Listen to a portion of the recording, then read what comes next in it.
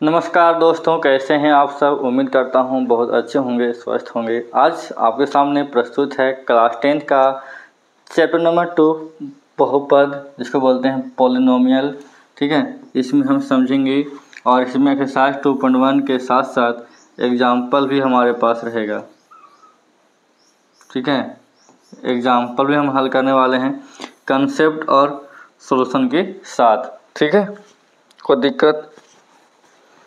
दिक्कत नहीं होना चाहिए। ठीक है, और आपके एग्ज़ाम के लिए बहुत ही इम्पोर्टेंट होगा। कंसेप्ट समझो, बहुत ही आसान तरीक़ा से, आसान भाषा में आपके सामने प्रस्तुत होगा। ठीक है, सबसे पहले हमको देखना है कि क्लास 9 में हमने क्या पढ़ा था, क्योंकि बहुपद 9 क्लास में भी था।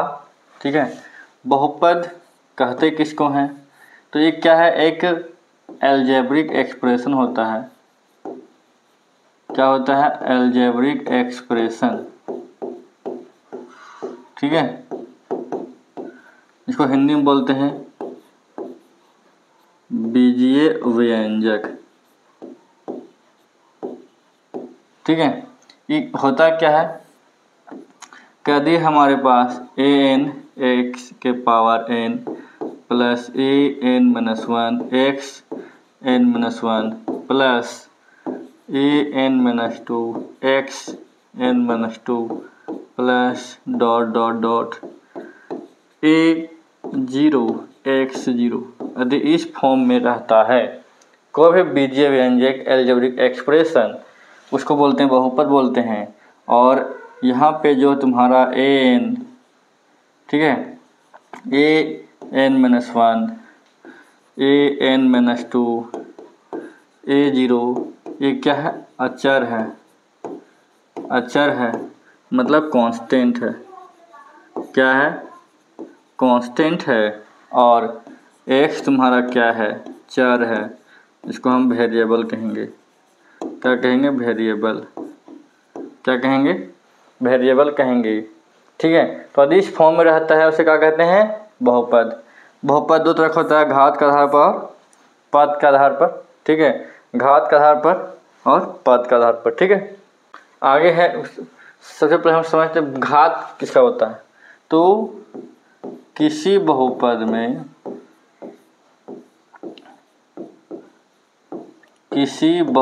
में क्या होता है, चर का अधिकतम घात। ठीक है, उसको क्या बोलेंगे, उससे हम कहेंगे बहुपद का घात। जैसे एग्जाम्पल के तौर पर देखेंगे, x³ plus 2x² plus 3x plus 2 है। ये हमारा मान लो एग्जाम्पल है। ठीक है, तो देखो इसमें अधिकतम घात कितना है, 3 है। तो इस बहुपद का जो घात हो जाएगा कितना हो जाएगा, 3 हो जाएगा।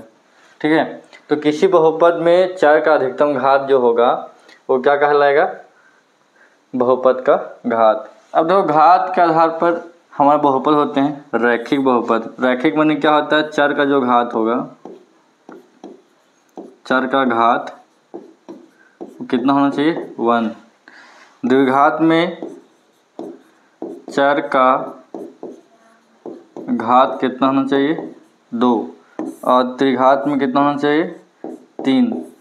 ठीक है, तो उसे कहेंगे रैखिक, द्विघात और त्रिघात। एग्जाम्पल देखा जाए तो यह जनरल फॉर्म होता है ax प्लस b और a does not equal to 0। इसका होता है general form ax² plus bx plus c और a does not equal to 0। और इसका होता है ax³ plus bx² plus cx plus d और a डज नॉट इक्वल 0। ठीक है, यहाँ पे a b c जो भी है, a b c d सब क्या है, a b c d क्या है, कांस्टेंट है, और x क्या है, चर है। और इसमें एग्जांपल देखो, तो ये x हो जाएगा। ठीक है, ये 2x प्लस 2 3x प्लस 3, इसमें क्या हो जाएगा, x² हो जाएगा, x² प्लस 2 हो जाएगा, 2x² प्लस 3x, इस फॉर्म में हो सकता है।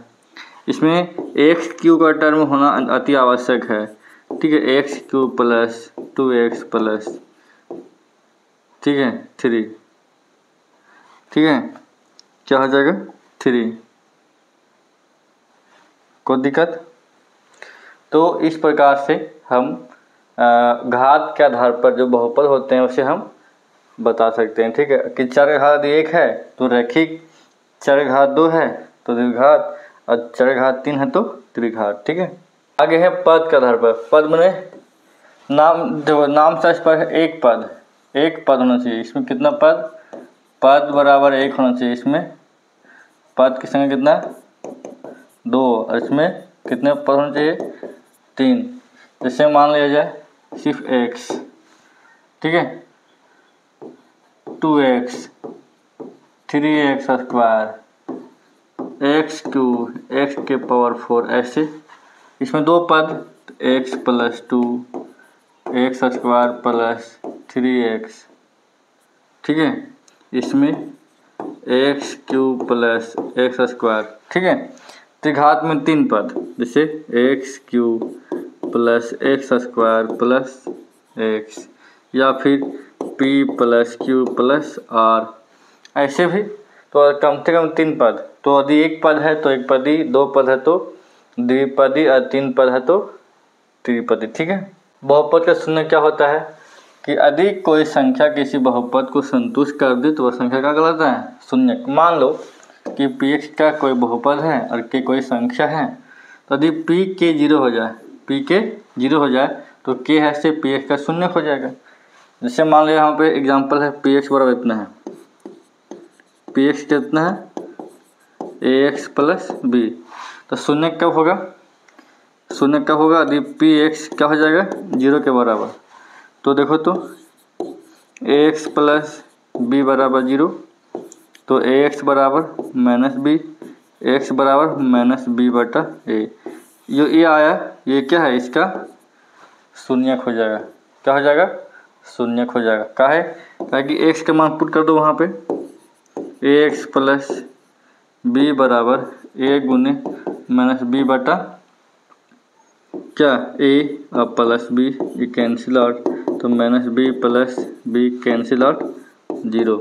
ये जो px है वो किस आया 0। तो यदि कोई संख्या है और किसी बहुपद को शून्य कर दे, शून्य के बराबर कर दे, वो क्या कहलाता है? वो कहलाता है शून्यक। किसका शून्यक? बहुपद का शून्यक, ठीक है। आगे है कि कंसेप्ट यहाँ पे है, यदि n घात का कोई बहुपद है, एक ऐसा बहुपद है जिसका n घात है और वह ग्राफ क्या है? y बराबर px के लिए है, तो y बराबर px का कोई ग्राफ है, क्या है? ग्राफ है। तो x अक्ष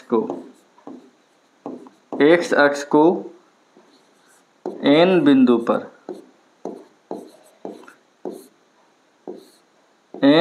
पर क्या करता है? प्रतिच्छेद करता है। तो उसका जो शून्यक होगा,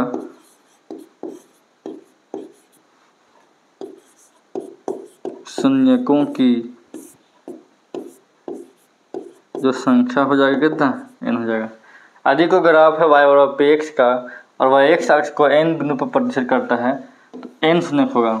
उसी प्रकार से यदि x बराबर py का ग्राफ है तो कहाँ ध्यान देंगे? y अक्ष पर। और y अक्ष पर जितना बिंदु पर काटेगा, ठीक है, y अक्ष को कितना? यदि n बिंदु पर काटता है तो इसका शून्य कितना हो जाएगा? n शून्य। समझ में आया? यदि ग्राफ ऐसा है तो इस अक्ष पर ध्यान देंगे, और यदि ऐसा है तो इस पर ध्यान देंगे, ठीक है। तो कोई दिक्कत नहीं हो, और गिनती करके बनाना, ठीक है। देखते हैं प्रश्न। जैसे मान लीजिए कि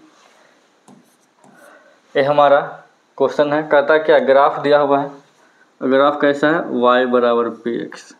देखो तो y बराबर px है, ठीक है, y बराबर क्या है? px है। तो हम क्या करेंगे, x अक्ष पर ध्यान देंगे। कहाँ ध्यान देंगे, x अक्ष पर ध्यान देंगे। तो हमारा क्या हो जाएगा, गिनती करेंगे। देखो यहाँ कितना शून्य है, देखो तो एक बार काट रहा है, इसका शून्य का मान हो जाएगा। यहाँ भी एक बार काट रहा है तो एक हो जाएगा। यहाँ पे कितना है, 1 2, इसका 2 शून्य। इसका देखो तो x अक्ष पर एक बार काट रहा है। यहाँ पे 1 2 3 शून्य।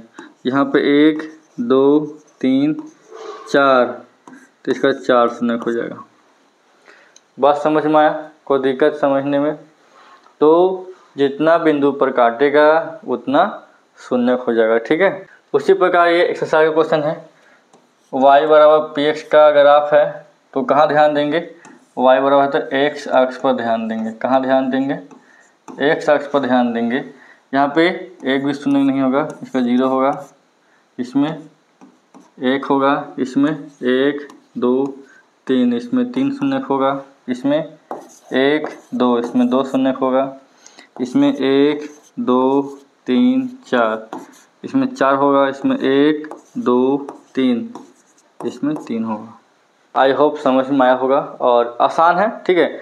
ध्यान देना है कि ग्राफ कैसा है, y बराबर px का है कि x बराबर py का है। तो यदि y बराबर px का है तो x अक्ष पर ध्यान देंगे, है कि नहीं। कहाँ ध्यान देंगे, x अक्ष पर ध्यान देंगे। और यदि इसका x बराबर py है तो y अक्ष पर ध्यान देंगे और गिनती कर लेंगे। क्या ये हमारा x अक्ष है, हमारा क्या है, y अक्ष है। आसान है, कोई दिक्कत नहीं है। तो फिर मिलते हैं नए वीडियो में नए एनर्जी के साथ। तब तक के लिए धन्यवाद, जय हिंद।